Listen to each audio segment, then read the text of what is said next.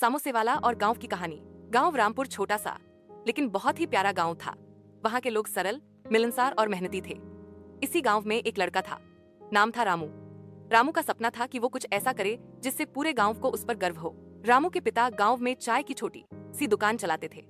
रामू बचपन से ही पिता की दुकान पर हाथ बौंटाया करता था। उसे खाना बनाना बहुत अच्छा लगता था, खासकर समोसे बनाना।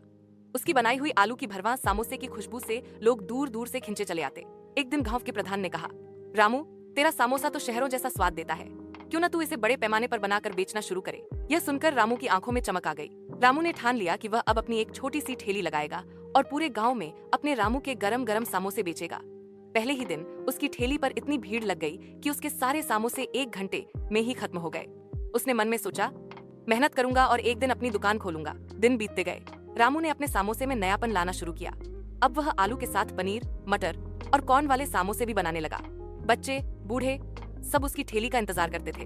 कुछ महीनों बाद रामू ने गांव के बस अड्डे के पास एक छोटी सी दुकान खोल ली। नाम रखा रामू समोसे वाला। उसका सपना धीरे धीरे हकीकत बन रहा था। शहर से भी लोग उसकी दुकान पर समोसे खाने आने लगे।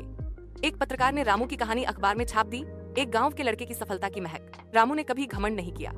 वो आज भी सुबह दुकान खोलने से पहले अपने पिता के पैर छूता था और सबसे पहले उन्हें गरम चाय और ताजा समोसा खिलाता था। रामपुर अब सिर्फ एक गांव नहीं, बल्कि समोसे वाले रामू की वजह से जाना जाने लगा था। रामू ने यह साबित कर दिया कि अगर दिल में लग्न हो तो छोटा गांव और साधारण परिवार भी बड़ी कामयाबी की शुरुआत बन सकता है।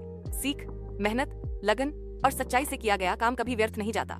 रामू की तरह अगर हम अपने हुनर को पहचानें और ईमानदारी से मेहनत करें तो कोई भी सपना पूरा किया जा सकता है।